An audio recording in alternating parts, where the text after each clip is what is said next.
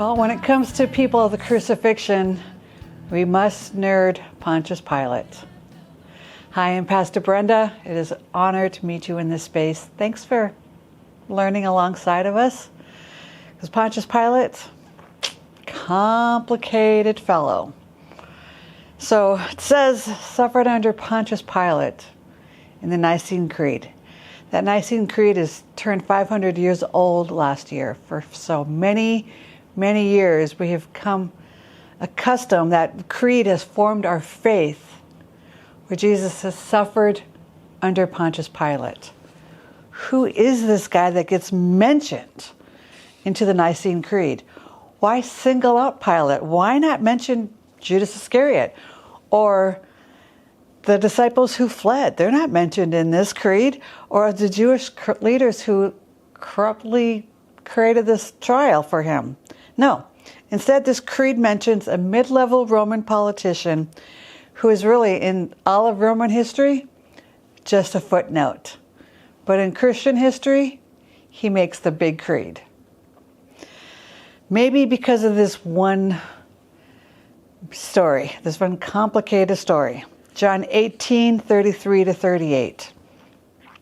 Then Pilate went back into his headquarters and called for Jesus to be brought to him.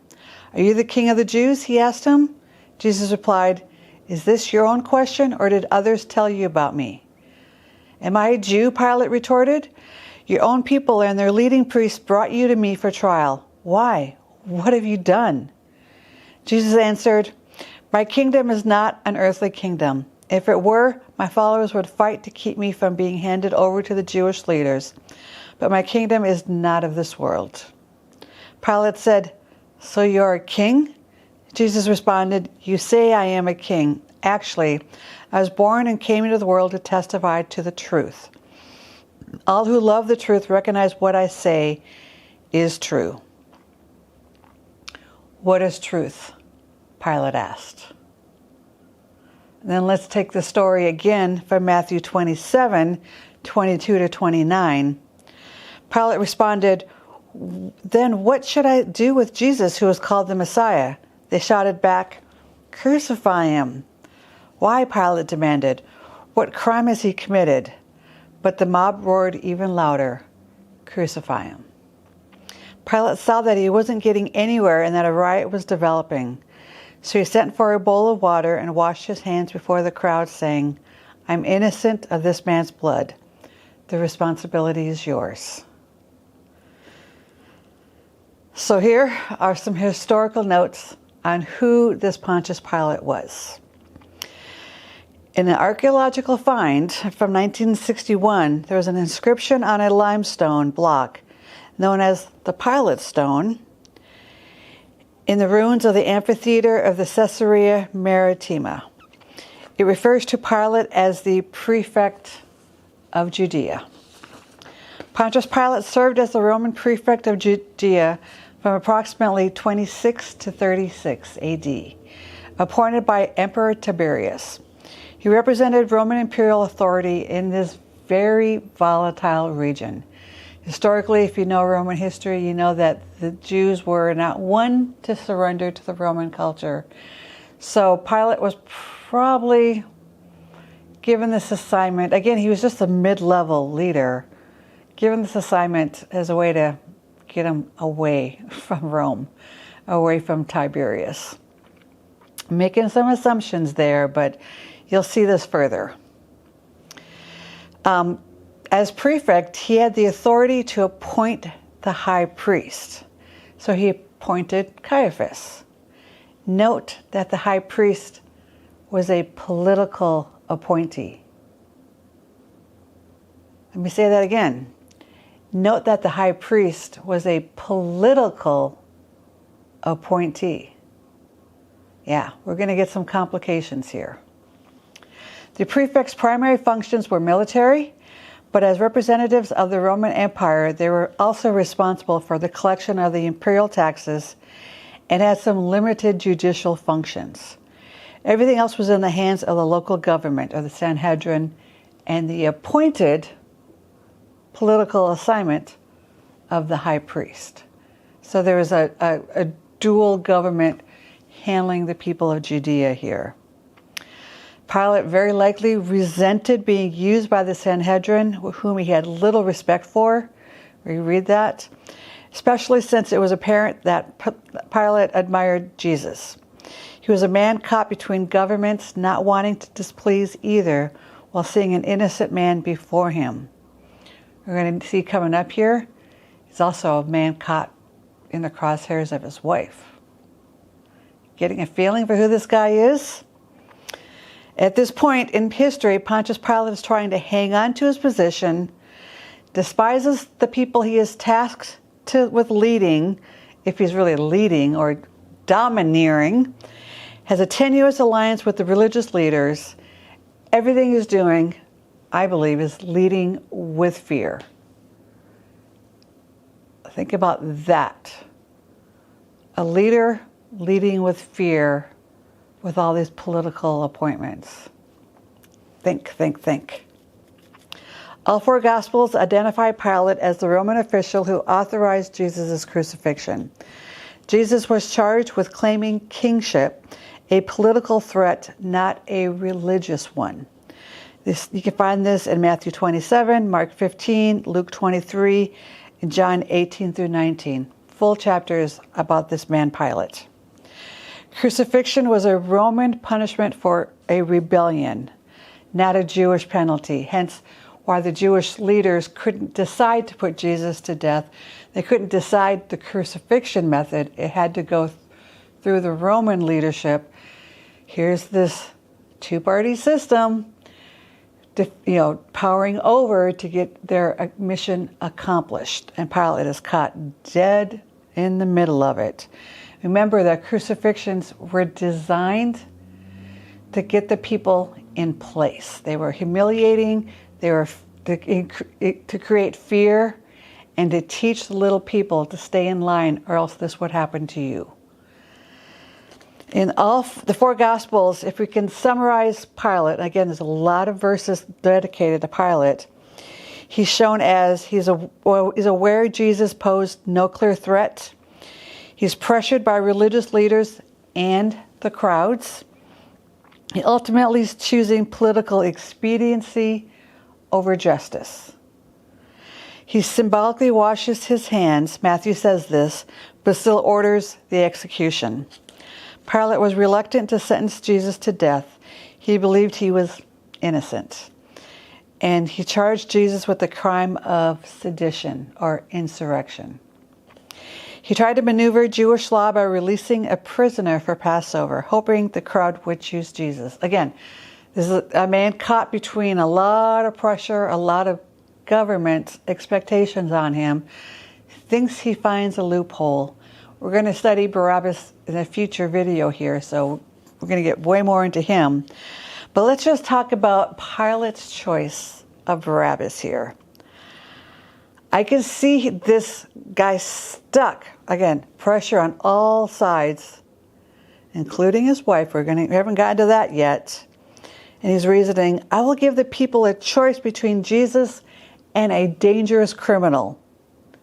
Surely they're going to choose Jesus and not this dangerous criminal, because they like Jesus. Just a few days ago, he came in on Palm Sunday and they like Jesus, not this dangerous criminal.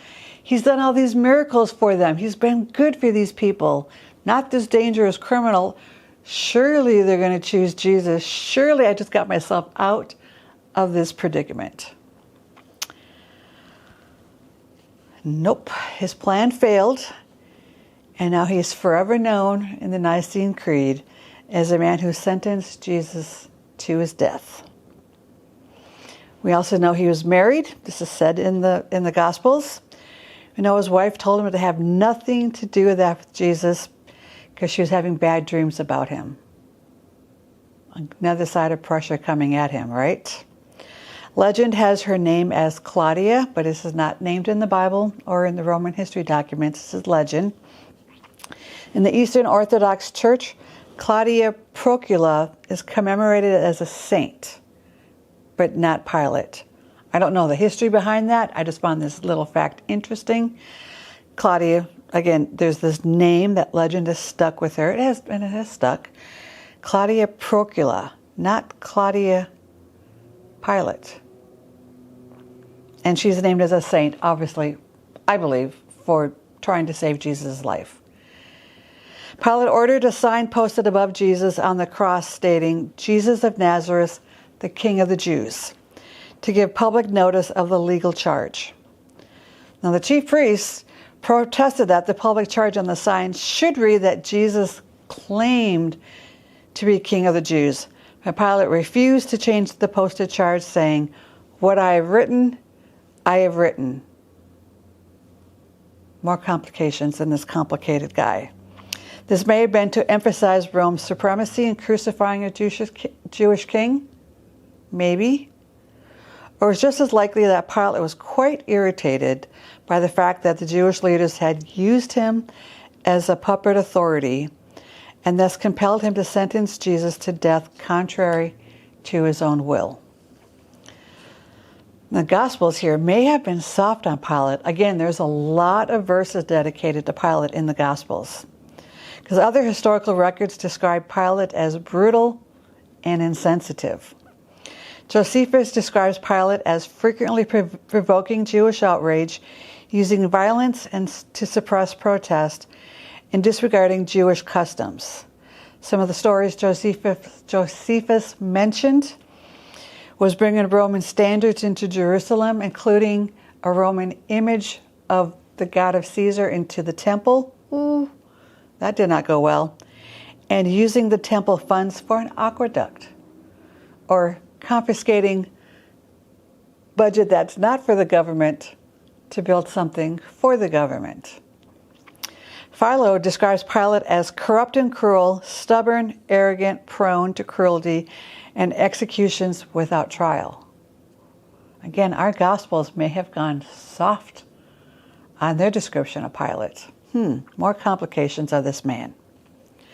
Pilate was a part of Roman leadership, so his history is recorded because the Romans record everything. But like I said, in all of Roman history, what they recorded, he's just a footnote. He's just a listing of prefects in Judea. That's it. The Gospels give us more story of him than even Roman history.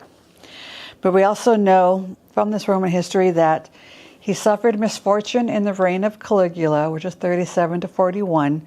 So he was in Jerusalem till 36. Caligula came into power, yanked him. He was accused of being too harsh to the Jews. Really? He was exiled to Gaul and eventually committed suicide there. That's this man. I got some conversation questions for you to talk about this man. But first, I want you to remember that Jesus' destiny was already set. He was going to the cross to fulfill the ultimate purpose, John 3:16. Pilate is just a character in the story used by God to fulfill this purpose. As were the religious leaders, as was Judas, as was the whole scene gathered around this. Oh, the complexity of this. We talked a couple of weeks ago about Judas. This causes some complex questions and some complex thoughts. Pilate is one of those characters in the story that bring us there also. If God's going to use you, God's going to use you. The Bible is full of stories of those who never acknowledged the Savior, Jesus, who became part of God's larger story anyway. God is at work in everyone's life, whether you're following him or not. You are part of what God is doing. You're God's creation. You're a part of his plan, whether you acknowledge him as Savior or not. So I hope you gathered with your people. These are some fun, interesting conversation questions that are going to twist your brain a little bit, and you'll be happier because of it. All right, first question. How does fear shape Pilate's decisions more than truth or justice? Have that conversation.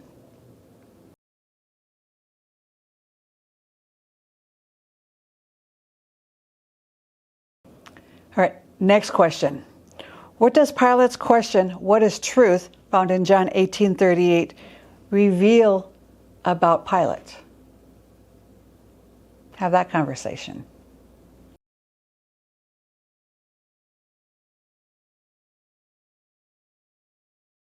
All right, last question. What does Pilate's role tell us about how God works within unjust systems? You might feel some tension in that question with what we're dealing with in our headlines today. What does Pilate's role tell us about how God works within unjust systems? Have that conversation.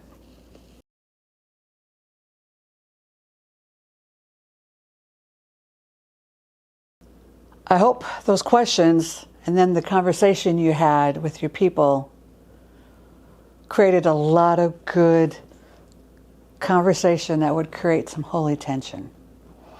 Because I'm about to give you a benediction. You're about to leave this time with me, with your small group or your family or your roommates, and you're going to go out and see some injustice. Where is God in that injustice? What is God doing? And what does the cross say about that injustice? You may not have answers, but I want you to have the holy tension so that you are awake enough to know when you need to make a decision. Pontius Pilate is complicated, right? So are you. It is really nice to meet you. Hope to see you again.